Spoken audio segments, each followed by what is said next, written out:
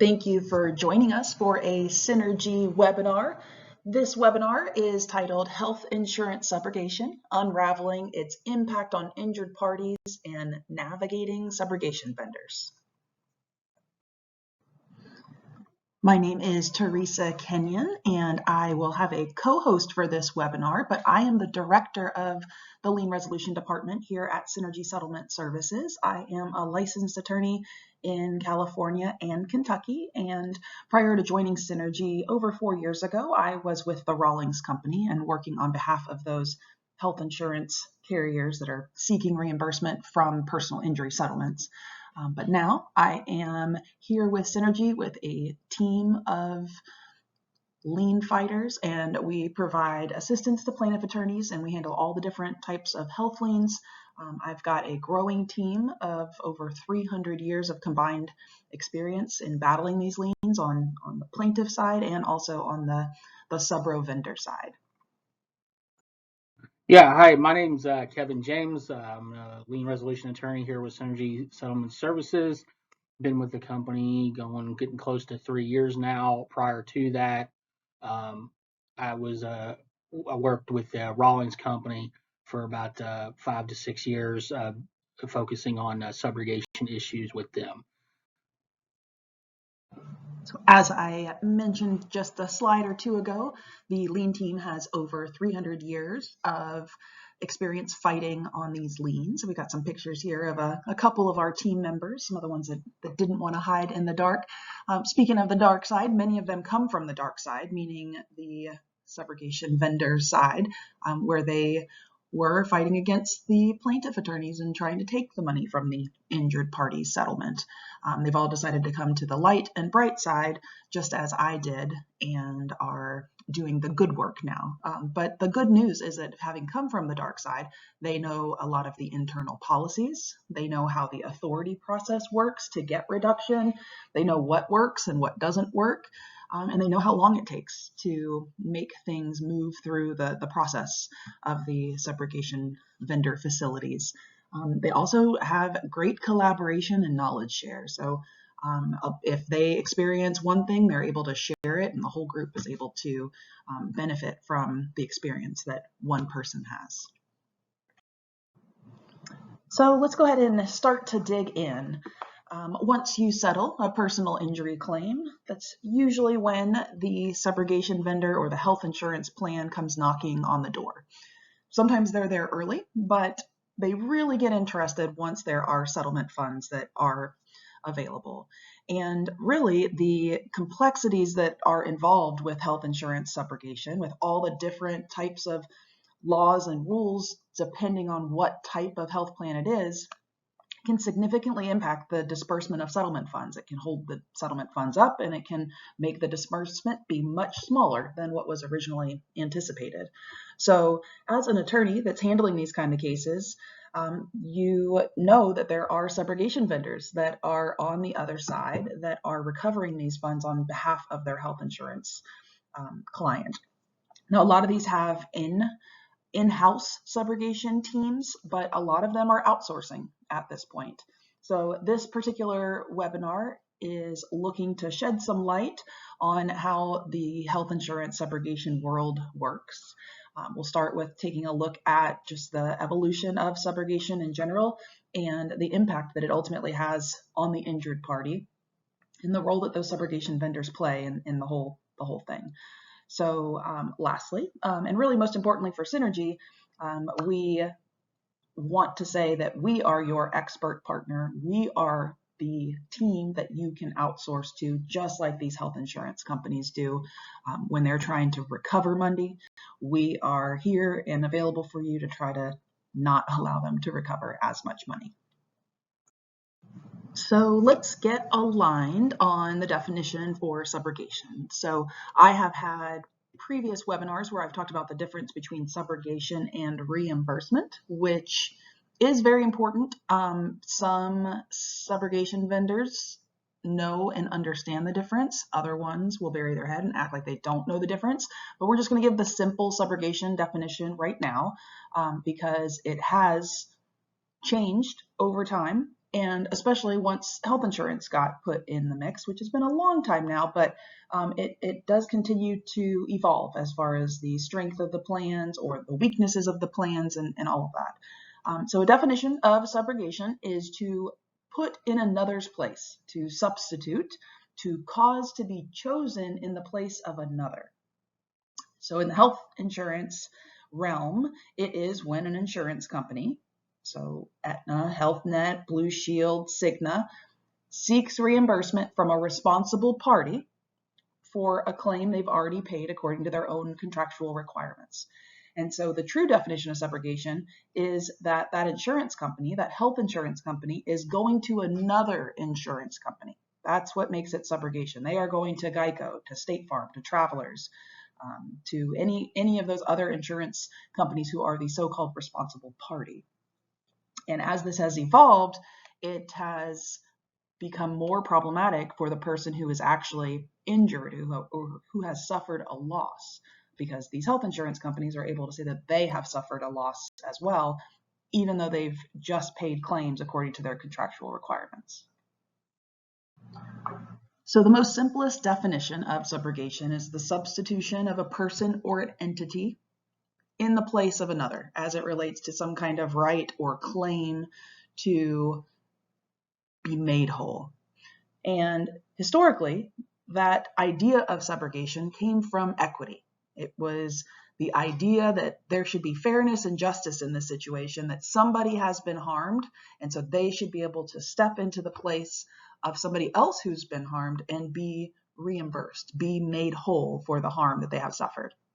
And the whole idea of this was that it was to prevent unjust enrichment and make sure that the person who was responsible for the negligence bears the financial responsibility for the harm that comes thereafter.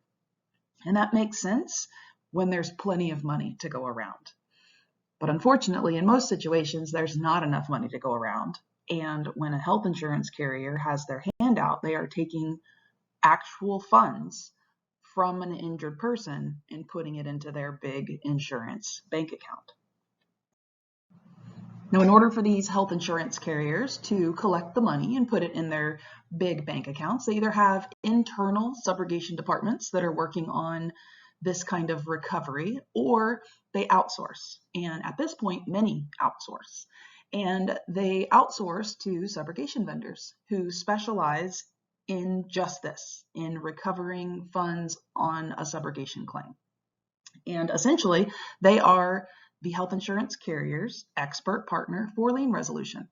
And it allows the insurance carrier to do what they do best, which is to review and pay insurance claims and deal with all of that kind of payment out. And then on the other side, it allows the subrogation vendor to do what they have established that they do best, which is to collect money from injured parties and from other insurance companies and give it back to the original insurance company.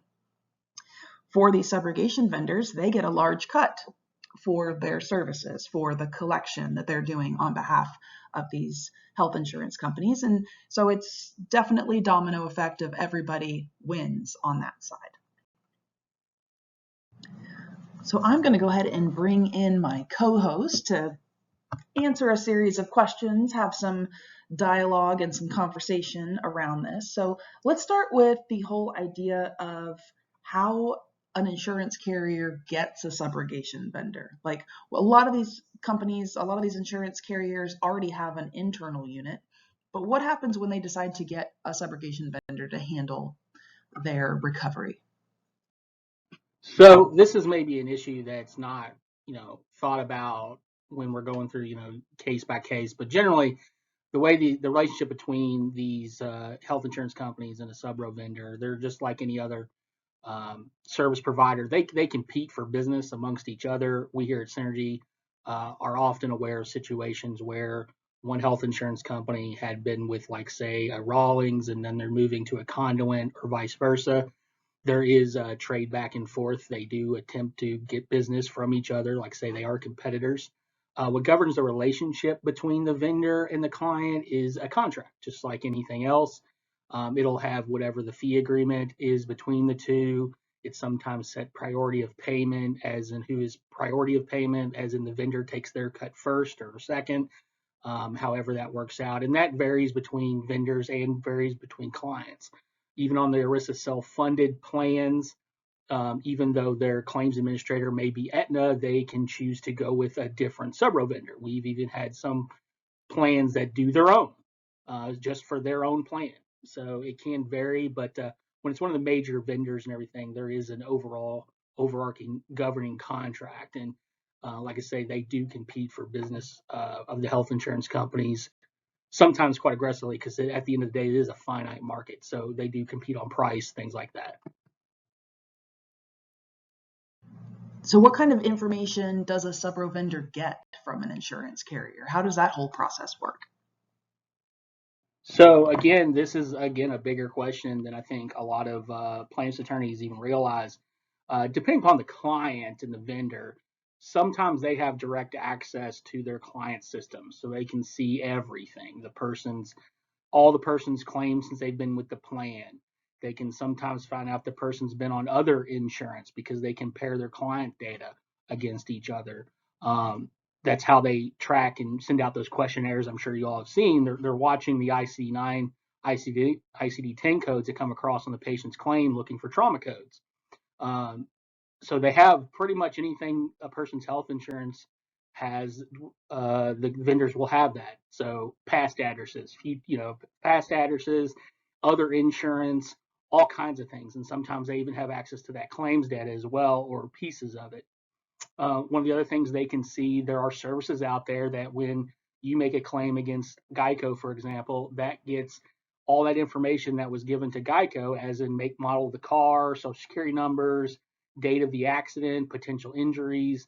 When those reports are made, they go into a clearinghouse, and these Subro vendors can match up their data that they have of like a broken leg claim with a person's name and social, where they live, addresses, and run it against those services. And guess what? That will give them the claim number, sometimes who the adjuster is handling the file, and they can find first party, secondary cover, or first party and third party coverage that way. So, like I say, most of these Subro vendors, or a lot of them, are very heavy in the information space. They have access to pretty much, in some cases, all of your client's PHI. That's some great info. I imagine a lot of people that are interacting with the subrogation vendors on a regular basis, they just don't have any way of knowing that kind of information, that is what the subrogation vendors actually have access to. So let's go ahead and turn to equity and fairness. It is the basis of subrogation. It's how it originated. It was its original purpose, but unfortunately, with the evolution of subrogation as it relates to health insurance and the introduction and widespread expertise of subrogation vendors, it's led to unintended consequences. So it's really deviated from the actual principles of equity and fairness. So what are your thoughts on this?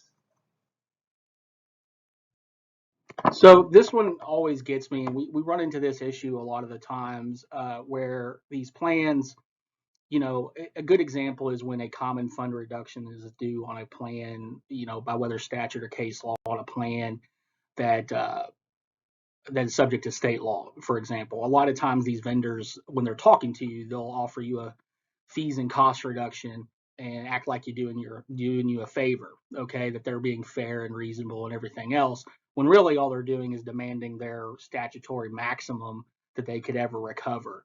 So a lot of these plans, with these subrogation stuff, is the payments they get, it's really found money for them. I mean, they're paying claims that they were going to have to pay for anyway. They've just basically written into their contracts a lot of times, particularly with ERISA self-funded plans, to shift the risk onto the members in a third-party liability situation, and that's what they're really doing. It's not really an equity and fairness stuff, and the way they've been able to write their plan languages these days, it's hardly fair and equitable anymore, when essentially they can take the whole a member's entire settlement, and that's what I mean when they try to act like they're doing you a favor. Sometimes, I mean, they're really not. When they get into this, and they don't really ever think that there's an injured person. One of the things that we see a lot of times is you can tell they're just looking at numbers. They'll claim they're not, they care about the member. They don't. They're really just paying attention to what was the settlement amount, what are the rights of the plan, and how much money is available for them to recover versus what's on their. And what about when there aren't enough funds to go around? As we know, a lot of times insurance policies don't have high policy limits, or a person's injuries are so catastrophic that the policy limits just don't cover it. What happens in those situations as it relates to subrogation and the reimbursement of a health insurance carrier?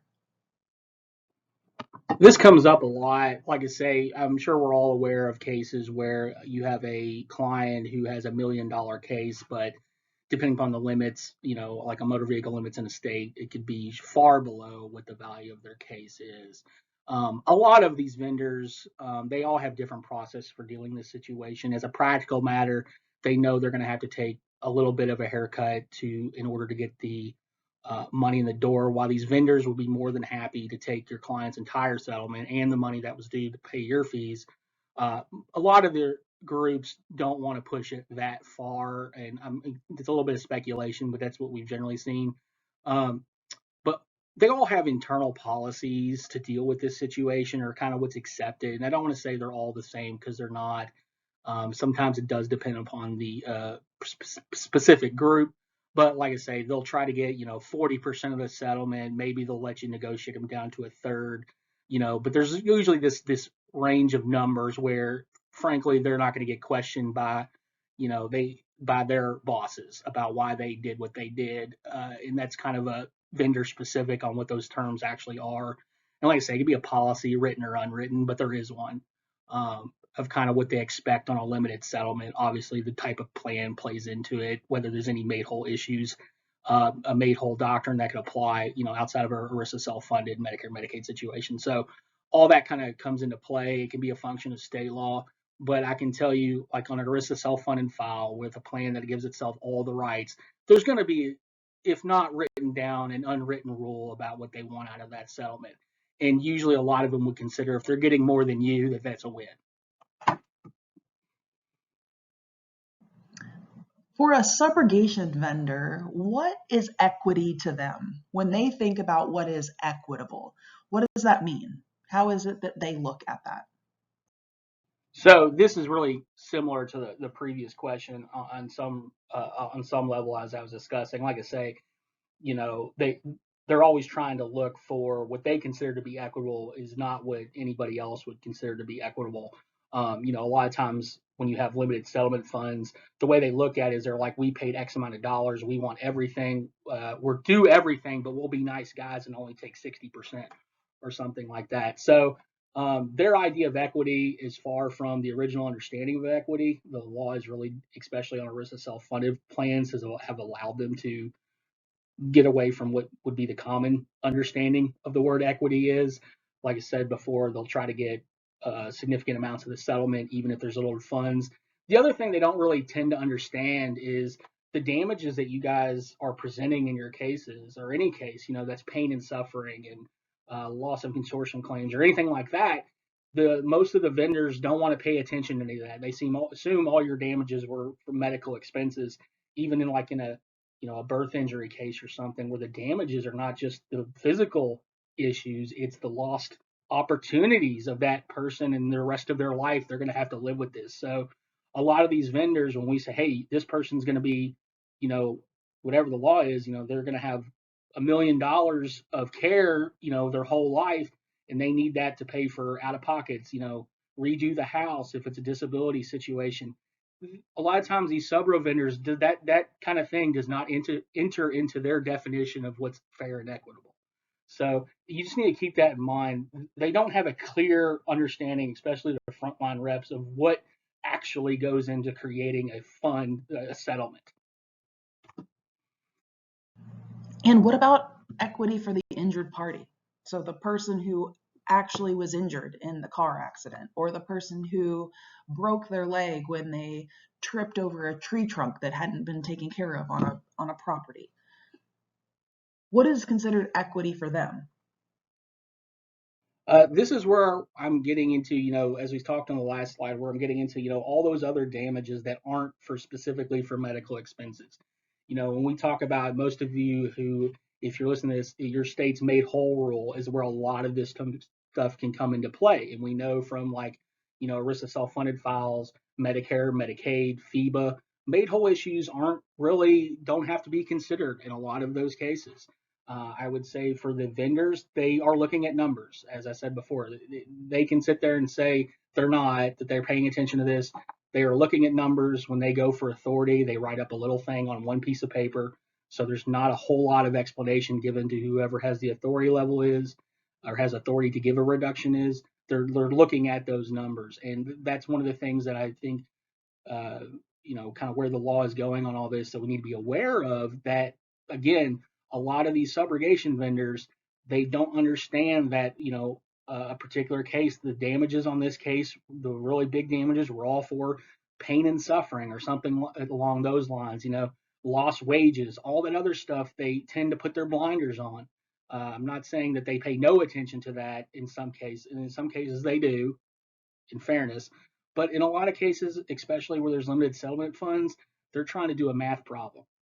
So I just think you need to be aware that when you're talking about equity with ERISA self-funded plans and those types where made whole rules are unfortunately preempted.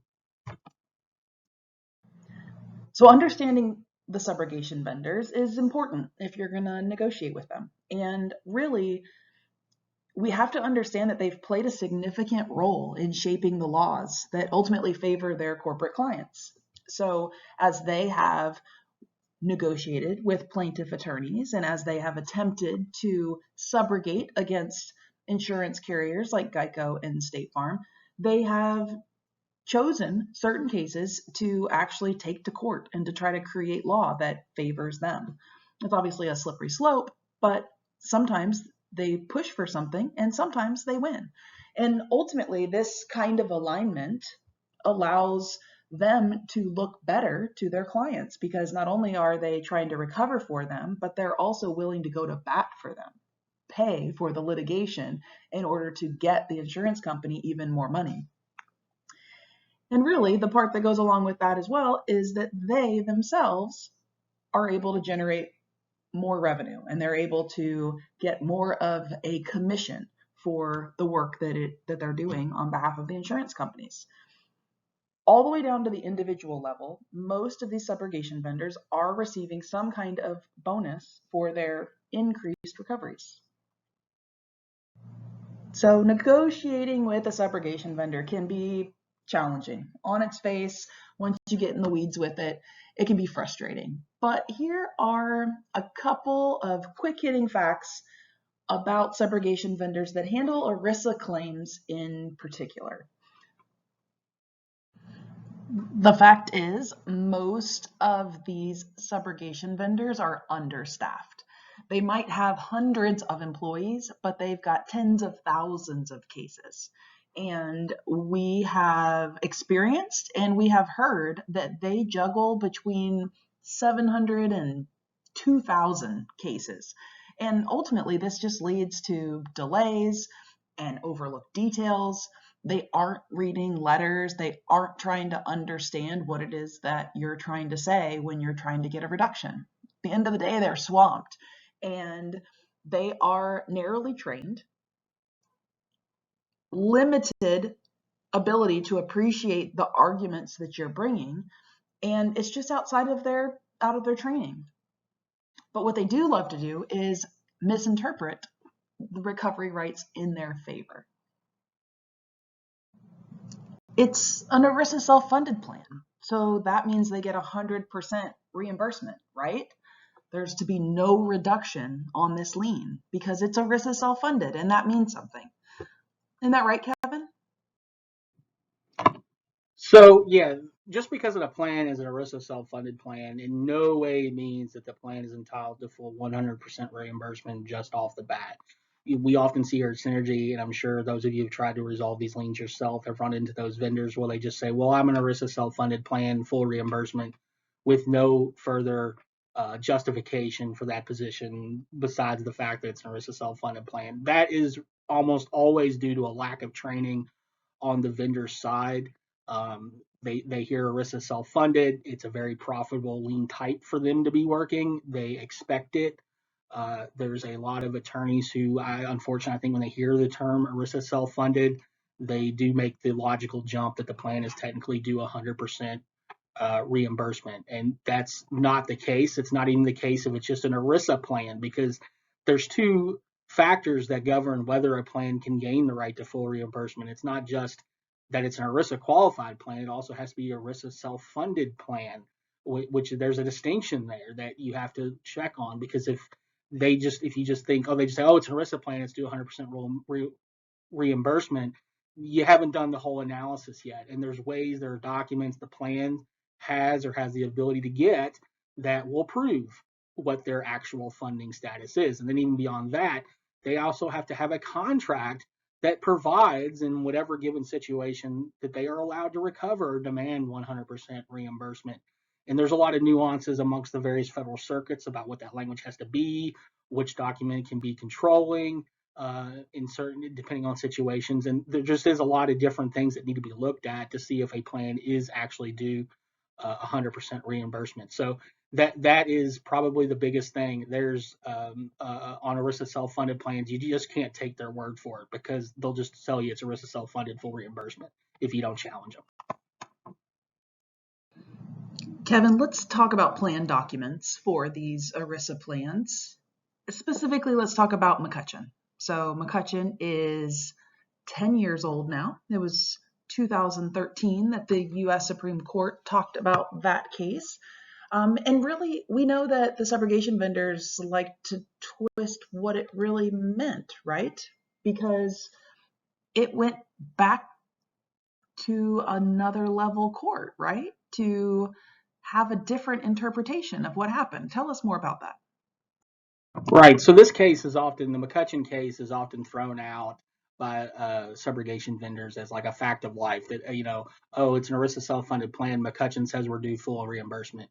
That's not what McCutcheon says or stands for by itself. What McCutcheon does is basically says the plan contract language is controlling. The plan terms are controlling. And it also allows plans to write terms in their contract disavowing equitable offenses like the made whole doctrine. And things like that. What's not taught to the frontline reps at any of the vendors, to my knowledge, is that McCutcheon was actually remanded.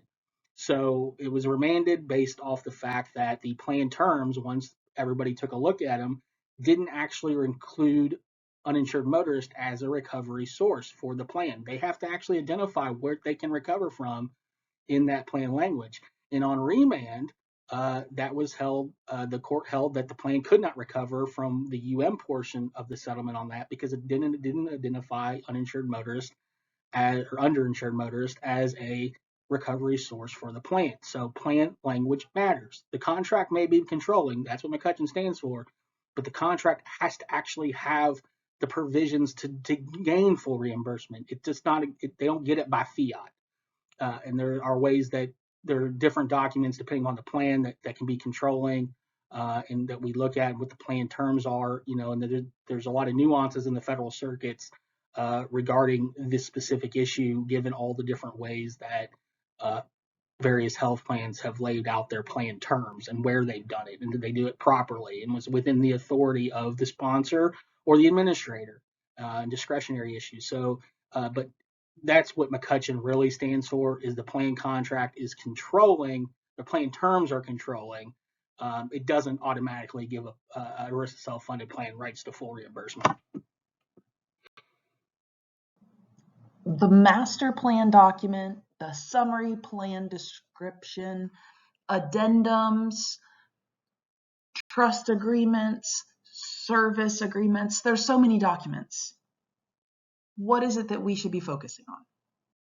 So this is also a heavily litigated issue. There's a lot of nuances, again, amongst the circuits over what is actually the plan terms, which even multiple courts have indicated that can be a difficult task to undertake, to find out what exactly are the plan terms. What we know is that the SPD is not the plan terms, but in some cases it is. This is a function of various circuit court level opinions. Now, the one case that actually dealt with this, the Cigna case, basically held that the plan, the master plan document can be controlling, is the controlling document when there's two documents. So when you have an SPD and a master plan, the master plan is the controlling document. Okay, so in most cases you will see an MPD. Now the various vendors often don't have the MPD because usually their rights are a lot more limited under a master plan than they are under an SPD that they helped write. So a lot of them try to avoid ever sending out this master plan or say there isn't one. Now it is possible that there isn't a master plan, but that's a fact question, right? So in most of your big ERISA self-funded plans are going to have a master plan document that the vendors either don't have in-house, it'll take them a long time to get, they don't want to deal with it. Obviously, it increases their cost to get whatever recovery they're going to get. So they don't a lot of times want to mess with them. But a lot of times those master plans, even though they're controlling document, often have terms that are more favorable to patients than, again, the SPDs, which are just a summary of the plan terms that they often have in-house and often are the ones that contain the really harsh subrogation reimbursement provisions. Now, we often hear from a subrogation vendor representative that they are going to review the reduction request with their client. Remember, their client is the insurance company. It's HealthNet, it's Cigna, it's Blue Shield. Believe it or not, most reduction requests never actually make it to the client, to the insurance carrier, nor to the plan, to the actual self-funded employer group. It significantly impacts the resolution process. But ultimately, those subrogation vendors have in-house authority. Not all of them, but most of them. We can say 90% of the time, the subrogation vendor, whether it be Rawlings or Conduent or Optum, has the ability to fully reduce, 100% waive and close their file without ever having their actual client review what it is that they're doing and whether a reduction is warranted or not. We've alluded to personal incentive, and I know I've definitely talked about it in previous webinars. Subrogation representatives, subrogation analysts, they get paid based on the work that they do. So if they are able to collect $10,000 on their $10,000 lien, they get the maximum bonus amount that could be coming to them. Likewise, if they agree with your argument or otherwise decide to reduce to only collect $5,000, they take less money as their bonus. So this ultimately impacts their pocketbook. It impacts their ability to pay their own bills. And this is important to be aware of. What else can you tell us, Kevin? It is true at most of these vendors that individual rep you're speaking to on the phone is personally incentivized to maximize their recovery. They are paid in most cases a percentage off of what they recover, and all of these vendors operate on a contingency. To my knowledge, all operate on a contingency fee arrangement where basically they get paid more the more they recover, and that goes from the company on down when they do that. The bonuses can be monthly, quarterly. It can depend on, like I say, the number of recoveries they make in a quarter, the total dollar amount they get, and however, these internally, they have their own incentives and bonus structures and tiers. So that's always a big thing. So anytime a individual rep gives a reduction, in their mind, they're giving money out of their paycheck, right? Whether that's true or not, that's how a lot of individuals view it. The other thing I would say, their files get audited. Okay, so like somebody above them, either a team lead or a quality, what they would call a quality team, reviews those files. And depending upon the vendor, not all of them, to my knowledge, do this, but some do. If the person removed claims that somebody who had no connection to the case doesn't think should have been removed, they can lose their entire bonus for the month. So there can be a lot of times where reps are unreasonably unwilling to remove claims that are not related to a case because they're worried more about that audit that's going to come later, not so much whether you're upset or your client's upset. So that's really there's a carrot and a stick there with how they're paid to maximize the amount that eventually you pay out of your trust account to the Optum, Rawlings, Conway, whoever. So the insurance carrier has an expert on their side. They have outsourced to a subrogation vendor who makes this be their one and only thing. And doesn't the injured party and the plaintiff attorney deserve the same? That is what synergy is. We are trying to level the playing field when fighting a subrogation vendor. And we are your expert as it relates to lien resolution. So we're fighting fire with fire. And really having a team of experts who understands the ins and outs of these recovery vendors levels that playing field to make sure that your client, the injured party, is able to keep every penny of their recovery, because ultimately they should. So an expert's role as it relates to this lien resolution is to be the expert for the attorney and for the injured party. We've got expertise. We understand the intricacies of subrogation. We've worked for the other side. We've got strategies to maximize the amount of money that the injured person is actually able to keep in their pocket. Our goal is always to have it be equitable and fair for the injured person. And that means the insurance company takes less than what they really want to take. So trust synergy to navigate the complexities of this whole subrogation thing, and we can provide this lien resolution service for you and your client. And we will ensure that the person who's actually injured receives as much of the settlement compensation as they possibly can. And we have reached the end of today's webinar. Hopefully you gained some insights and learned a little bit along the way.